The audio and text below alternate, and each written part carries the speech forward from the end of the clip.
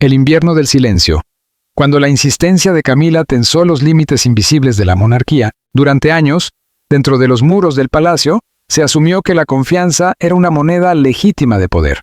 No la confianza estridente ni pública, sino esa seguridad interna que se construye con el tiempo, la lealtad y la supervivencia. La reina Camila había aprendido esa lección mucho antes de ocupar su lugar actual.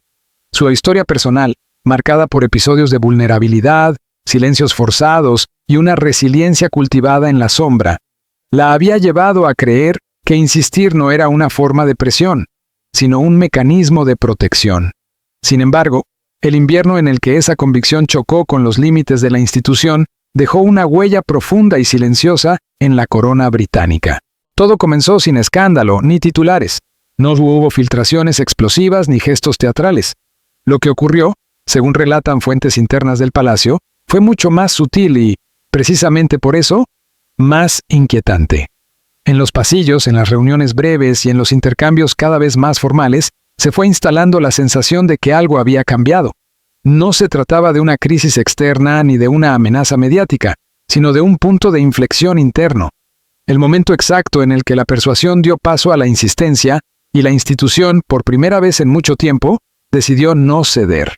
Camila siempre había sido percibida como una figura segura de sí misma, convencida de la corrección de sus instintos. Esa certeza había sido, durante años, tolerada e incluso respetada como parte de su rol dentro de la monarquía. En otras etapas, su firmeza había sido interpretada como experiencia, su persistencia, como determinación, pero esta vez el contexto era distinto. La forma en que perseguía su objetivo, más directa, más repetitiva, con una expectativa implícita de acuerdo, encendió señales de alerta entre los altos cargos de la Casa Real. Quienes estuvieron presentes en los primeros intercambios describen un ambiente que se tensó casi de inmediato. Las conversaciones se acortaron, las respuestas dejaron de ser exploratorias y pasaron a ser estrictamente procedimentales. Donde Camila esperaba tranquilización, encontró dilación. No fue una oposición frontal, sino algo más profundo y definitivo. La institución dejó de negociar. El palacio no levantó la voz ni confrontó abiertamente, pero comenzó a enfriarse alrededor de ella. Para el rey Carlos III, la situación resultó particularmente incómoda. La presión no llegó en forma de enfrentamiento directo, sino como una expectativa constante. Cada conversación llevaba implícita la idea de que, tarde o temprano, él tendría que intervenir. Los asesores se volvieron cautelosos, el lenguaje se hizo más medido, y lo que antes habría sido un desacuerdo manejable, empezó a sentirse como una carga sostenida. El rey intentó ganar tiempo, confiando en que el espacio permitiría que las posiciones se suavizaran. Ocurrió lo contrario.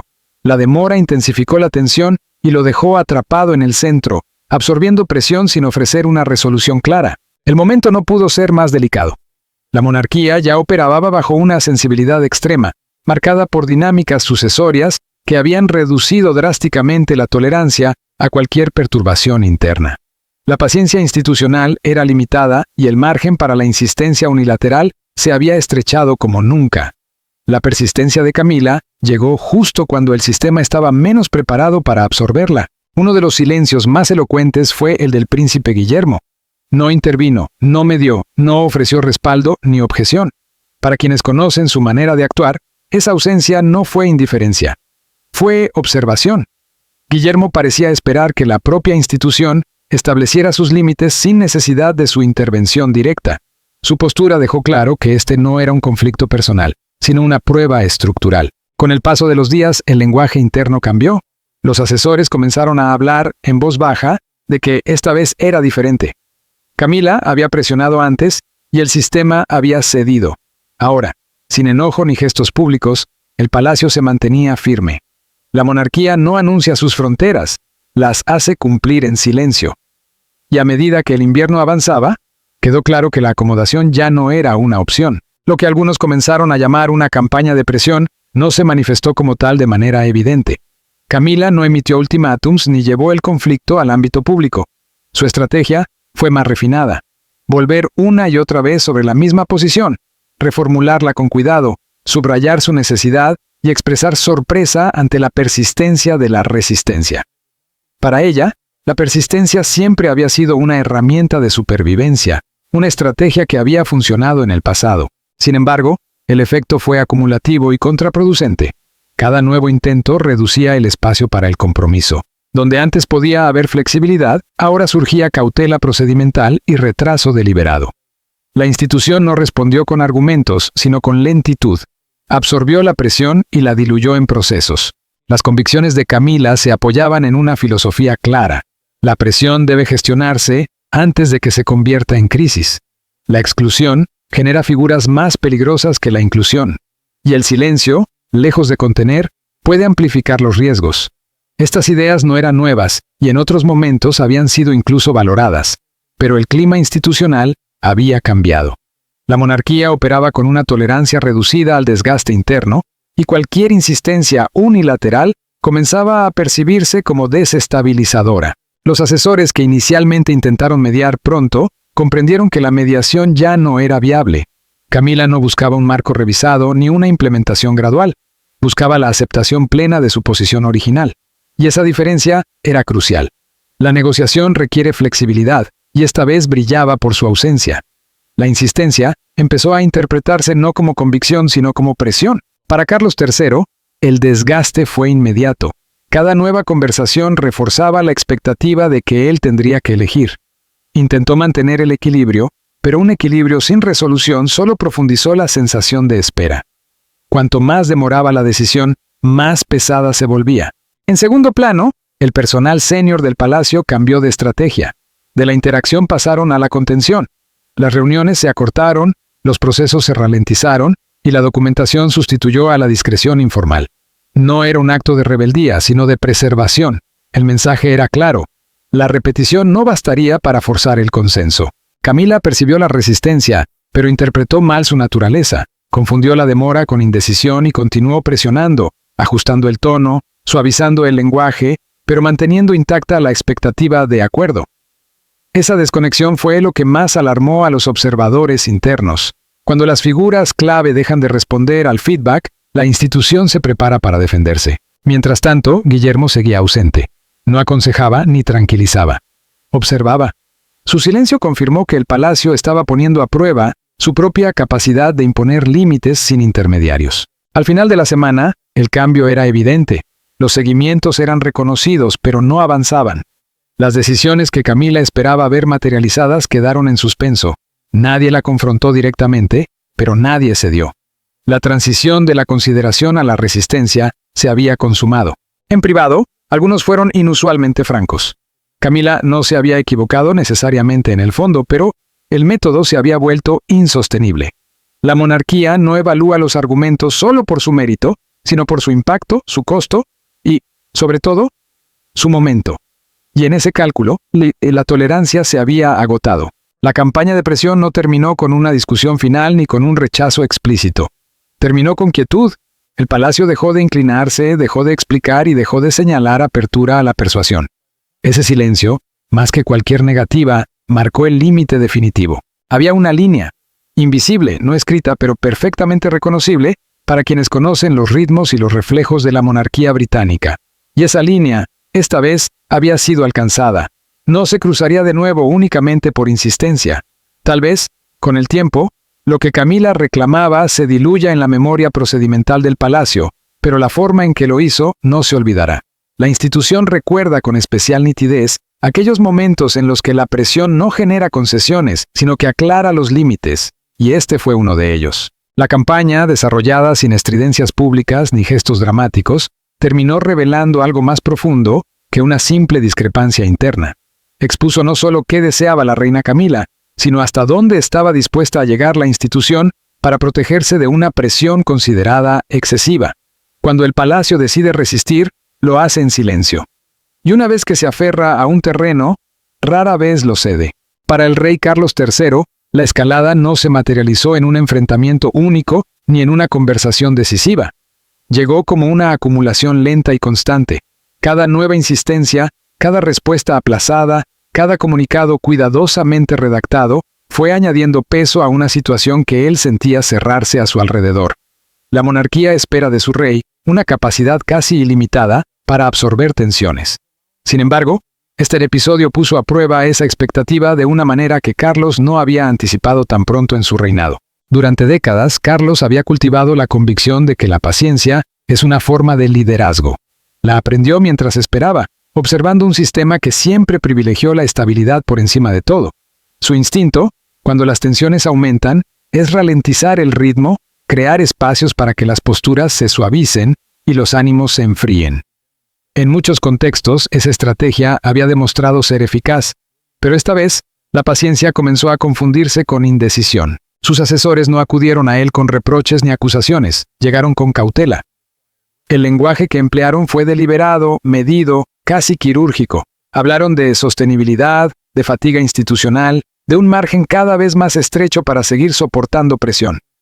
No señalaron directamente a Camila, pero dejaron claro que la tolerancia tenía límites y que esos límites estaban cerca.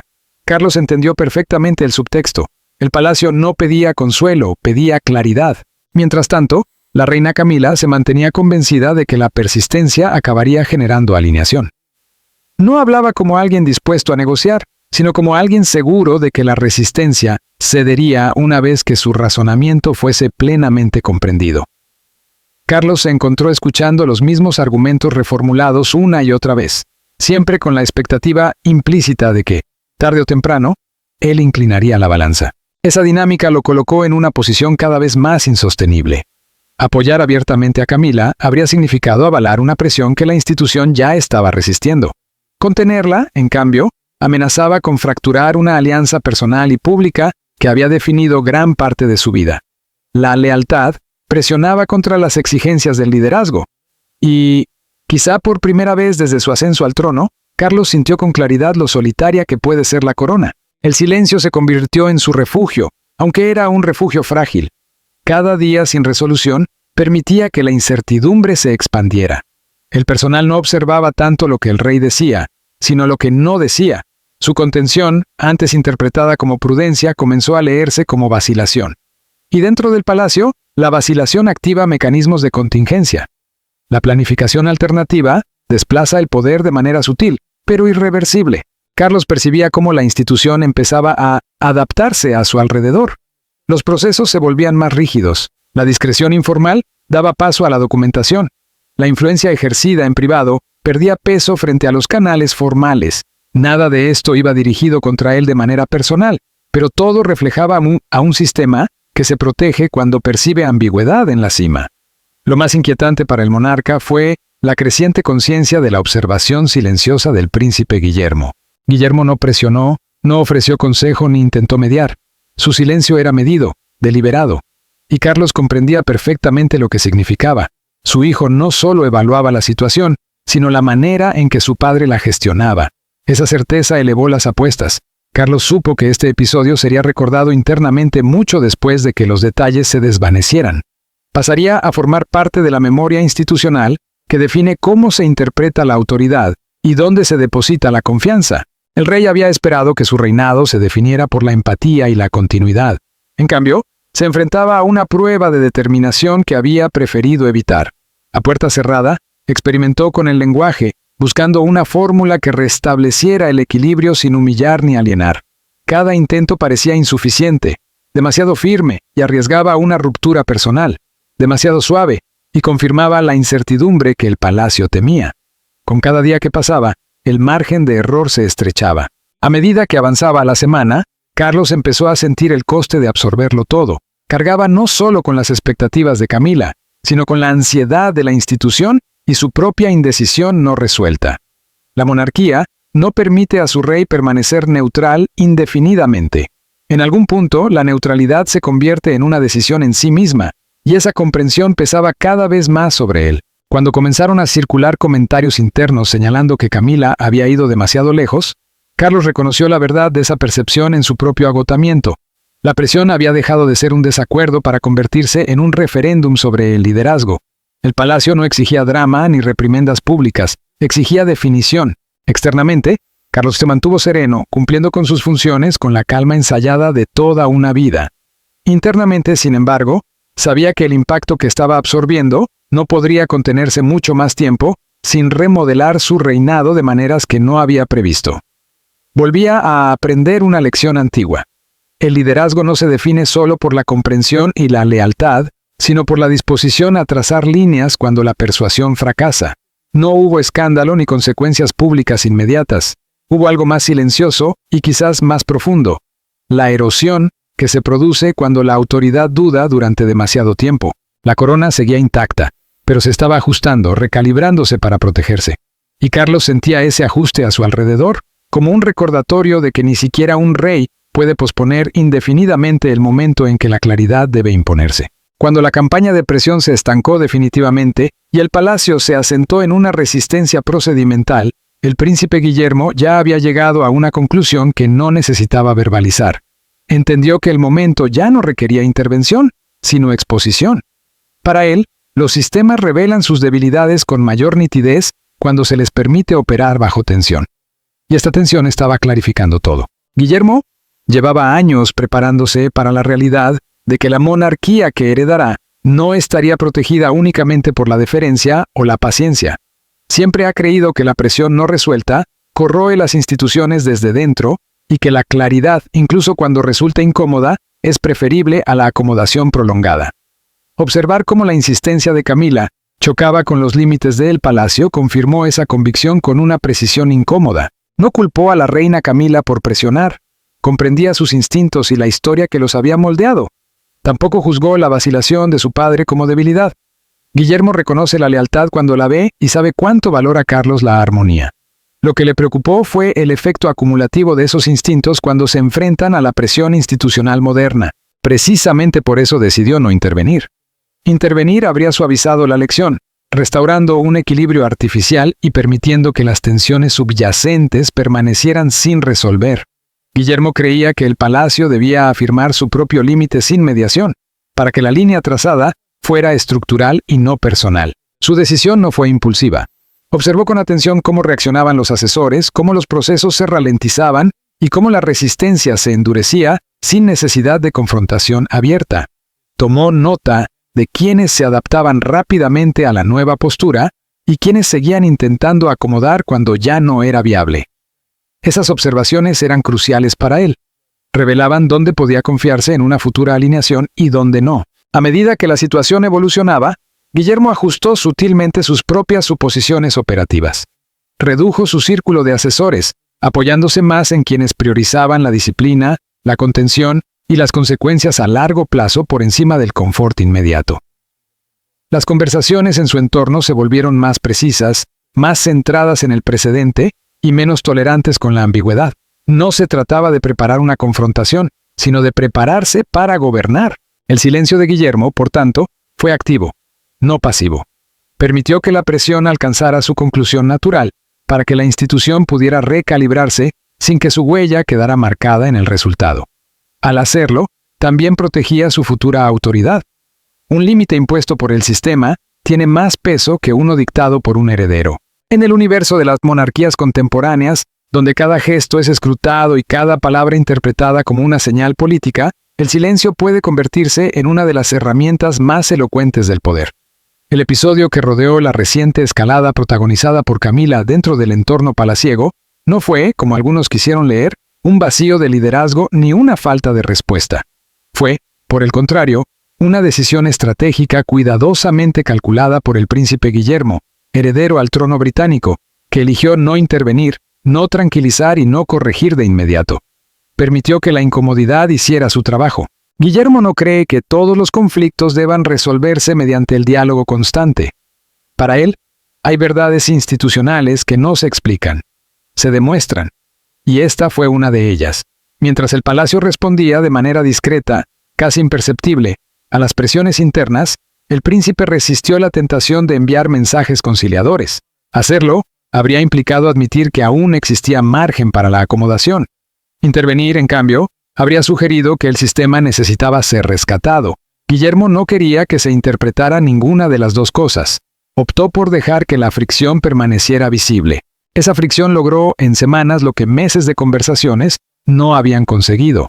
Clarificó los límites reales del sistema, reveló los umbrales de tolerancia y obligó a la institución a elegir entre la preservación de su estructura o la cortesía superficial.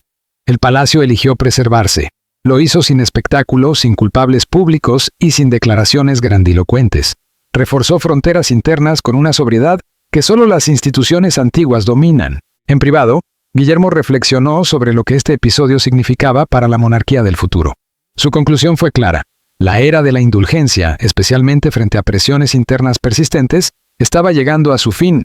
La paciencia pública es hoy más frágil. La resiliencia interna se encuentra exigida al máximo y el costo de la ambigüedad resulta más alto que nunca. Para sobrevivir en las próximas décadas, la corona necesitará barandillas más firmes. Esta convicción no endureció emocionalmente al heredero, pero sí consolidó su enfoque estratégico. Guillermo resolvió que su futuro reinado dependerá menos de la influencia informal y más de una autoridad claramente definida. Escuchará con atención, pero decidirá con determinación. Los acontecimientos relacionados con la insistencia de Camila reforzaron su creencia de que la claridad debe imponerse temprano, antes de que la presión se acumule y se vuelva corrosiva. La decisión de permitir que la situación se rompiera, en lugar de repararla de inmediato, fue, por tanto, deliberada. No buscaba humillar ni reducir a nadie. Permitió que la institución se corrigiera a sí misma de una forma duradera. Quienes conocen el temperamento de Guillermo saben que, cuando elige la contención, rara vez lo hace por duda. Lo hace porque ya ha decidido dónde está la línea y espera que el sistema la reconozca por sí solo.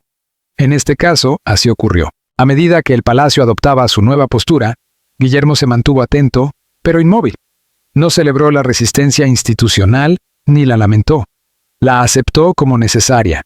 La monarquía había alcanzado un límite, y los límites, una vez aplicados, pasan a formar parte de la memoria institucional.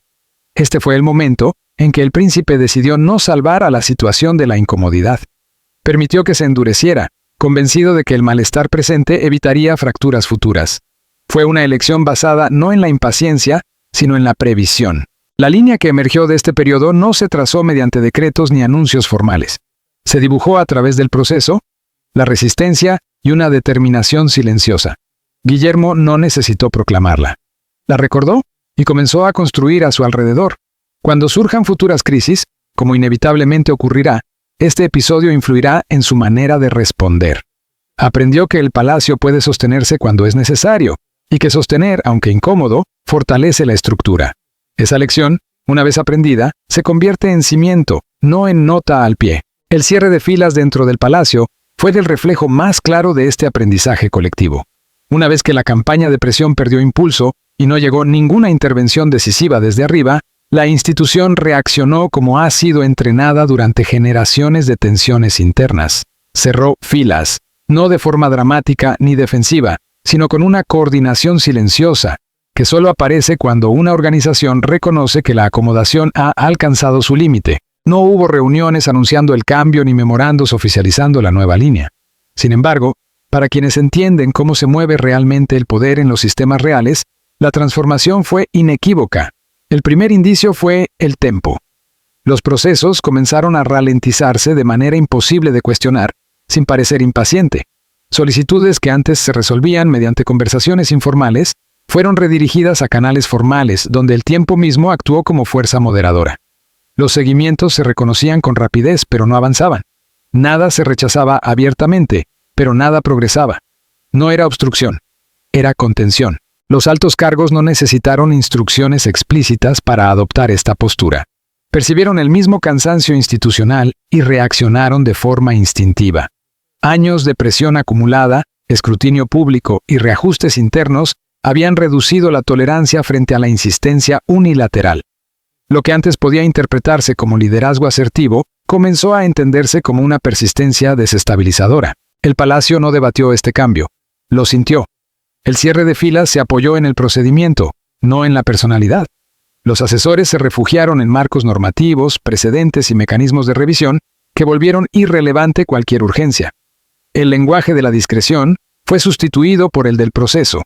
Allí, donde la influencia operaba antes a través de la proximidad y la persuasión, ahora encontraba estructura y demora. El sistema se recordaba a sí mismo su propia resiliencia. Para la reina Camila, el impacto fue inmediato y desconcertante. Su acceso permaneció intacto, pero su efectividad se redujo de forma drástica. Las reuniones continuaron, pero concluían sin decisiones. Las conversaciones seguían siendo cordiales, aunque carentes de impulso. El palacio ya no trataba su insistencia como un asunto a resolver, sino como un factor a neutralizar. La diferencia es crucial. La exclusión genera conflicto y exige respuesta. La no acomodación impone límites sin espectáculo. Al elegir esta última, la institución evitó la confrontación directa mientras reforzaba la contención. Se trata de una estrategia afinada durante siglos, y rara vez falla. Cada nuevo intento de reabrir el debate no hizo sino reforzar la determinación del sistema. La persistencia pasó a ser el problema, no la solución. Fuentes internas describen cómo se fue formando un consenso sutil pero firme entre las figuras clave. Ya no se trataba de tener razón o no, se trataba de sostenibilidad. Dentro del palacio existe una conciencia profunda de que la presión se comporta como el agua. Si se le permite fluir sin control, erosiona los cimientos. Si se la contiene adecuadamente, se disipa sin consecuencias. El cierre de filas fue un intento deliberado de redirigir esa presión hacia canales capaces de drenar su urgencia y su impacto. Para el rey Carlos III, esta respuesta colectiva generó un alivio ambiguo. Por un lado, redujo la carga inmediata de ser el único amortiguador de la tensión. Por otro, confirmó que la institución había avanzado sin él. Su silencio, pensado como paciencia, creó el espacio para que el palacio actuara de forma independiente. Esa independencia preservó la estabilidad, pero también puso de relieve los límites de su contención. Carlos no desafió la respuesta del palacio ni intentó revertirla. Su compostura constante funcionó como consentimiento tácito. En los sistemas reales, la ausencia de objeción suele ser suficiente. El palacio interpretó correctamente su postura y procedió con cuidado, asegurándose de que la resistencia pareciera orgánica, no dirigida. Este ajuste alteró las jerarquías internas de manera sutil pero duradera. Quienes dependían de la influencia informal vieron reducido su alcance. Aquellos que priorizaban la documentación, la cautela y la alineación ganaron protagonismo. El sistema se recalibró en torno a valores de previsibilidad y contención, y recompensó a quienes los encarnaban. El impacto psicológico de este cierre de filas fue profundo. Tranquilizó a los empleados que temían que la tolerancia se hubiera extendido demasiado, y envió una señal clara de que los límites siguen existiendo, incluso en los niveles más altos. El palacio reafirmó su identidad como una institución capaz de autorregularse, no simplemente como un conjunto de personalidades poderosas. Durante todo este proceso, el príncipe Guillermo permaneció llamativamente ausente de la gestión directa, y esa ausencia estuvo cargada de significado. Dentro del sistema, se entendió que el futuro centro de autoridad se sentía cómodo con los límites que se estaban imponiendo. Esa comprensión dio al palacio la confianza necesaria para mantenerse firme. Cuando el liderazgo del mañana aparece alineado con la contención del presente, la seguridad institucional se refuerza.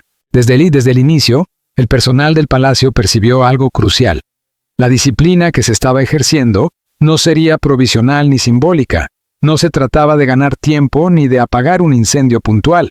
Aquella firmeza no se desharía más adelante para corregir excesos o suavizar tensiones, y esa certeza fue determinante. Permitió que la institución actuara sin el temor habitual de que la resistencia de hoy se convirtiera en la vulnerabilidad de mañana. En un sistema donde cada gesto crea precedentes, la claridad sobre la irreversibilidad del rumbo elegido resultó liberadora. Con el paso de los días, la postura inicial del palacio dejó de ser una reacción defensiva y se transformó en rutina. Lo que empezó como una respuesta a una presión inmediata se consolidó como la nueva normalidad. Los procesos que se ralentizaron no recuperaron su ritmo anterior. Los canales que se estrecharon no volvieron a abrirse. No fue un accidente ni una omisión. El sistema había encontrado una configuración que lo protegía de una escalada mayor, y no tenía incentivo alguno para abandonarla. En ese nuevo equilibrio, el aislamiento de Camila se profundizó, aunque no de la forma tradicional. No hubo exclusión explícita ni gestos de desdén. Permaneció presente, visible, respetada en términos formales. Sin embargo, dejó de ser central en la resolución de los conflictos. Su influencia se diluyó no por un acto público de confrontación, sino por algo más sutil y, a menudo, más doloroso: la irrelevancia progresiva para los resultados finales. La influencia que se pierde en silencio es mucho más difícil de recuperar que aquella que se pierde bajo los focos. El endurecimiento del palacio llevaba implícita una advertencia clara para el futuro. La persistencia ya no sería tolerada como sustituto del consenso. La presión reiterada no aceleraría la alineación interna. La institución había llegado a un punto en el que la preservación pesaba más que la sensibilidad individual, y esa recalibración marcaría las respuestas ante futuras tensiones internas. Al finalizar este periodo, entre los insiders no quedaba ninguna duda. Algo fundamental había cambiado. El palacio no se había limitado a resistir la insistencia de Camila. Había reafirmado su propia autoridad para definir límites, y esa autoridad no pertenecía a una sola persona. No era del rey, ni de la reina, ni de un heredero concreto. Pertenecía al sistema en su conjunto. Este episodio se convirtió en un punto de referencia interno, uno de esos momentos que no se citan en actas ni se mencionan en discursos, pero que reaparecen silenciosamente en las conversaciones futuras cada vez que la persistencia amenaza con transformarse en presión. El cierre de filas no resolvió los desacuerdos ni sanó las relaciones. Hizo algo más duradero. Restauró el equilibrio mediante la imposición de la contención. La monarquía no sobrevive evitando la tensión, sino sabiendo identificar cuándo la tensión ha dejado de ser útil. Al decidir cerrar filas, el palacio se protegió de ser remodelado por la insistencia. Demostró que incluso las voces más seguras de sí mismas encuentran límites cuando lo que está en juego es la supervivencia institucional. Esa lección, una vez aprendida, no se olvida. Lo que emergió de este periodo no fue una unidad nacida del acuerdo, sino una estabilidad nacida de la disciplina. El palacio no cedió más, no se explicó, simplemente se mantuvo firme, y en esa firmeza dejó claro que, esta vez, la línea era realmente inamovible. Cuando la institución se asentó en su postura recalibrada, la tensión inmediata desapareció del debate cotidiano. Sin embargo, las consecuencias ya se habían incrustado en la memoria del sistema. No se trató de una ruptura que pudiera repararse con palabras tranquilizadoras o suavizarse con el paso del tiempo.